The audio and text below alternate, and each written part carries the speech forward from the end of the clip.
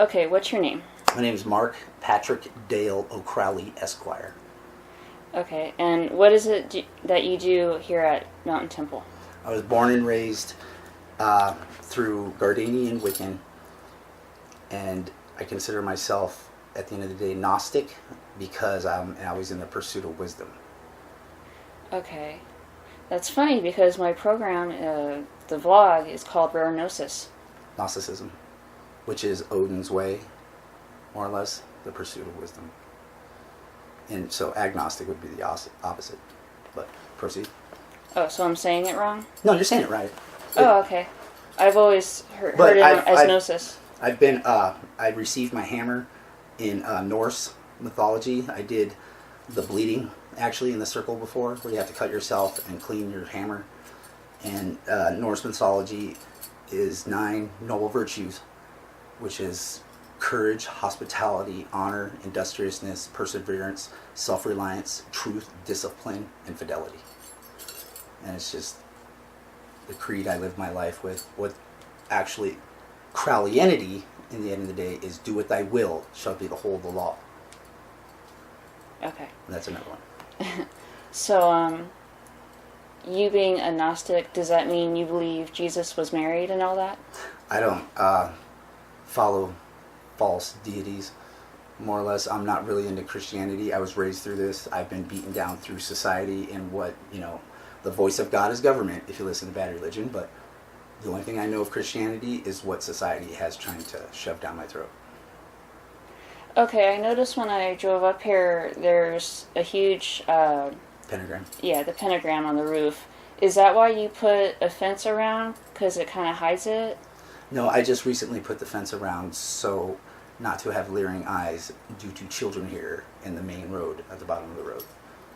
Okay. As I said, I hit the instant family button within the last year. When I was driving here, I was picturing what I saw on Google Maps, and it's different than how it really is. On Google Maps, I didn't see all these homes, and it must have been a really old picture. Probably was.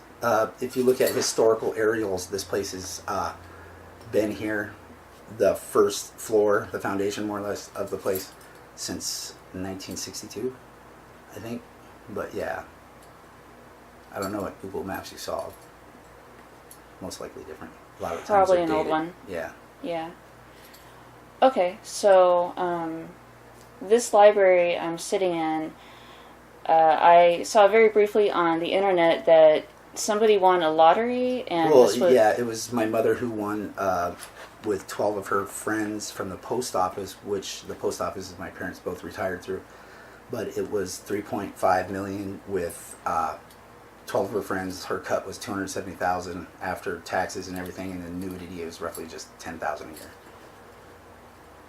And all that money went into building this library? Or? Not all of it, but some of it. They built the addition. The library has been amassed over time of, I think, 4 decades. Oh, okay. I was going to ask, can I borrow some money? No, I don't. That stuff's long gone. Okay. They sold it off to J.G. Wentworth and stuff. You know what I mean? That's always the way it goes, it seems. Oh, yeah. And so what kind of books do you got here? Anything from, I would say, Wiccan to... We have most of the Bibles from around the world. We have the Quran. We have a lot of tarot cards. We have emphasis on Crowley, because my last name's Crowley. So we run actually the Golden Dawn up here. We have a lot of that. If you are interested, do your research. You have to have a referral before you come up here. And it's not like we're trying to hide knowledge, because a lot of this stuff is not in Google. But we have Druid, Wiccan, Kabbalah, esoteric, Norse. I don't know if I'm repeating myself, but yeah, a wide variety of multiple faiths. And you said your son is named after Aleister. Who is Aleister Crowley? Aleister Crowley was once known as the most wicked man in the world. He was born in 1875 to Crowley Brewery, which more or less funded his endeavors up until roughly his middle age, and then he lived off his followers after that. He is known for starting the Abramelin ritual and not finishing it, known really as the true Loch Ness Monster, And what he more or less tried to do is just call in dark spirits, dark entities. That's what his thing was, and he knew how to do it. He started off at the really white Golden Dawn, as it's considered sometimes, and just moved on after he left that, put it in disarray after he left the Golden Dawn. But yeah, he's been known to call a lot of dark spirits purposely. So are you related to him? Because your last name is Crawley. Yes, my dad believes we are, but with being the title of the most evil man in the world, when one would research that through his own lineage and his own family, they always stonewalled him and said, stop asking questions about that side of the family due to the dark nature of it.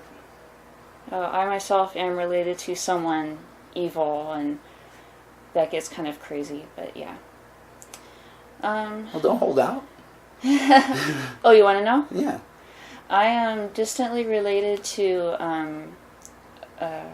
Mary Elizabeth Surratt, or Mary Jenkins Surratt, and she's one of the co-conspirators in the Lincoln assassination. Oh, okay. And that picture where the 4 people are being hung, I don't remember who the other 3 are, but the one at the far left, that is Mary Jenkins Surratt, and my great-grandmother's name was Surratt. I'm actually direct lineage from Boss Tweed. I don't know who that is. Boss, sorry. the Gangs of New York movie, the politician in that movie. Oh, okay. He was supposed to die penniless and broke in 1865, but that was 1865. My father inherited over $80,000 in 2002 from his estate, so it just dwindled down. Yeah, he was corrupt. So it's in my blood, I guess.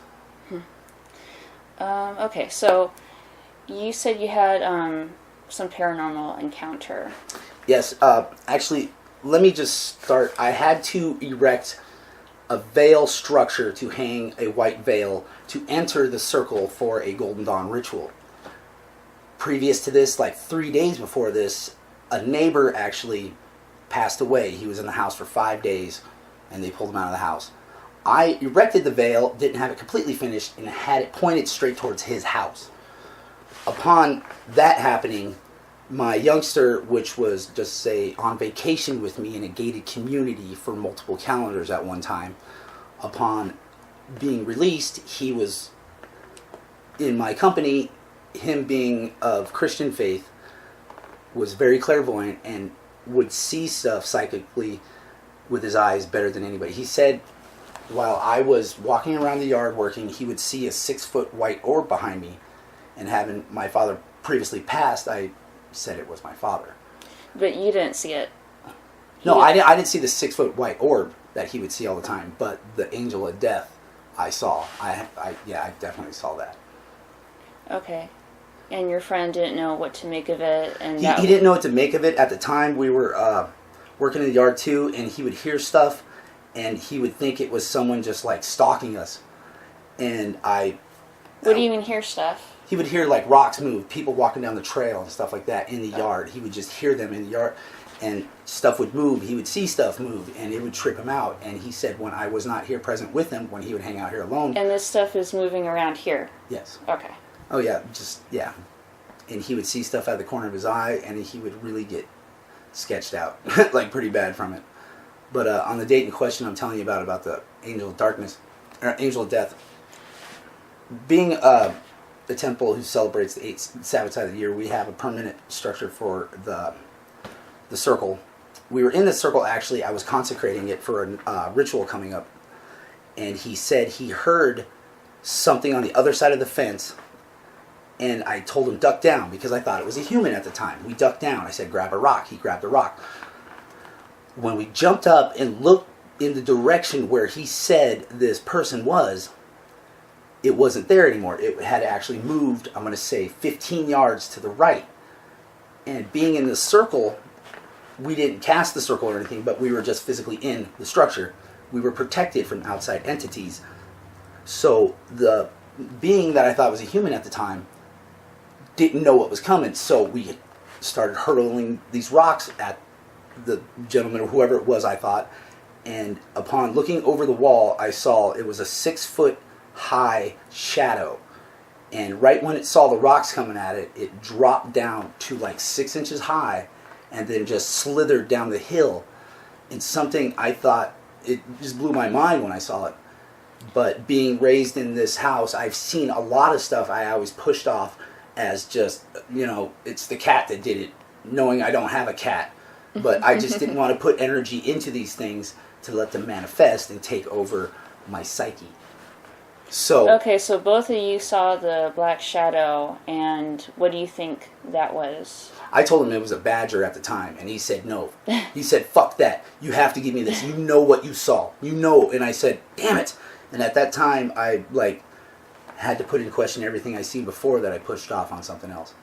And then it just went down the hill and slithered off, and that was it. But obviously you don't believe it was your father. No, it wasn't my father. My father, albeit it was more or less accused of pretty felonious activities, which he was never convicted of. It wasn't my dad. My dad's more white. He was more of a white magician. He believed in karma, not just he didn't do good to get good karma back. He did good because he wanted good to happen. Okay. But yeah, it definitely wasn't my father. I had a premonition of my youngster dying actually through a hail of gunfire previous to this in a dream, and I think the angel of death was stalking him. Because it could have been the angel of death, could have been the neighbor, like I said, that just previously passed. I did have a portal to the ether set up, you know what I mean? For something to come through. Okay. And if you don't know, in Wiccan and Gardenian, or Golden Dawn, the veil stands for more or less rebirth, going from previous lives. You shed all that, and now you're reborn, and your eyes are finally open. Okay. So this thing slithered away, and that was the end of the encounter. That wasn't the end of the encounter that was pretty much the end of the encounter with me. With him, I actually went to a wedding in, where is it? Red Mountain Country, I forget what it's called. Not Sholo, but one of those, I forget what it was. But anyways, he went to Casa Grande with his girlfriend at the time, and he said he was being just hounded by this thing. Like darkness was just hitting him. And the girl at the time was saying he was losing his mind. And I guess I'll say this. He intravenously used drugs. I've never intravenously used drugs, but he said when he was doing this, he said the dark entity snapped off the needle, and he saw it in his veins start going up towards his heart. And the girl at the time said, shit you not, he grabbed a pair of needle nose pliers and ripped it out of his skin so it didn't go to his heart. Right. And my mind was blown when I was saying this. He was really extremely scared about this stuff, being raised Christian. He called 2 of the people who participate in the rituals up here and asked for guidance. And what they told him to do is open all the windows in the house. He did. And they said, put a candle by the window you wish to close last.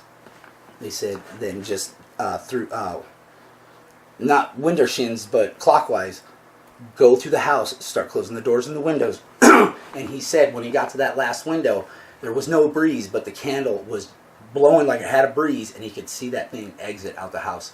He shut the door, and then, not the door, but the window, and it was just calm in the house after that. But he said he could see, and he thanks them for their assistance on telling him how to do it, since he's Christian. He didn't. Most people would just not believe in it, and no, he did it, and he said it blew his mind. It might have been the drugs he was doing. You never know. I wasn't there, so I'm not going to vouch for the 100% accuracy. Oh, that's true. But as for what happened with me, I saw some stuff that I had to admit that I saw because, yeah, there was another witness right next to me that saw it, I guess. It was really, it blew my mind. Officially blown when I saw it. Okay. Do you have any other paranormal encounters you'd like to share? One time we were sitting in this room, the couch was right there. There was a friend of mine since 7th grade. His new girlfriend, mind you, he's like 40, she's 20. That's irrelevant towards the story at this time. But there was a stick of deodorant sitting on that table right there. And out of nowhere, he wasn't looking, but me and her saw that thing lift up and hit her right in the head. And she said, "Did you just see that?" And I said, "No, I didn't, and neither did you." I said, "Come here." And we went into the circle and started talking where they can't, more or less, hear us. And I said, "Oh my God, I totally just saw that." And she's like, "I did too." And he comes out, he's like, "What's going on?" I was like, "Come here." And he went in the circle, we started talking, and he's like, "No." He's known me for that long. He just blew it off. But me and her were just like, yeah, that was crazy. He just lifted up and hit it right. It was nuts. Maybe somebody smelled bad. Yeah. He's like, here, you need to use She was a grubby little girl, though. Yeah. Oh, okay. You know, she was a puddle slut from Sunny Slope. They don't have the best reputation. Oh, okay. How do you know toothpaste was invented in Sunny Slope? Anywhere else, it'd be teeth paste. Oh, okay. Well, I wanted to let you have an opportunity to give your pitch for this place. So where do people learn more about this place? My father was a lot more open with this place. He advertised it in the Omega. They used to teach classes down at Alpha Bookstore before the internet more or less killed a lot of bookstores. So they had to move the classes here on Fridays at 7 p.m. But to come to the classes, you have to have a referral to come here because a lot of people have ill intentions. So if you really wish to join the classes or become doing the great work of the Golden Dawn, Mountain Temple Center, Phoenix, Arizona, you'll find it. There's a lot of websites on there. There's quite a few for Mountain Temple Center. There's a couple articles from the Mesa Times and stuff like that that are on there. So, yeah. If you're in a coven, get the coven to refer you, and we'll talk. Very cool. Well, thank you for the cool stories.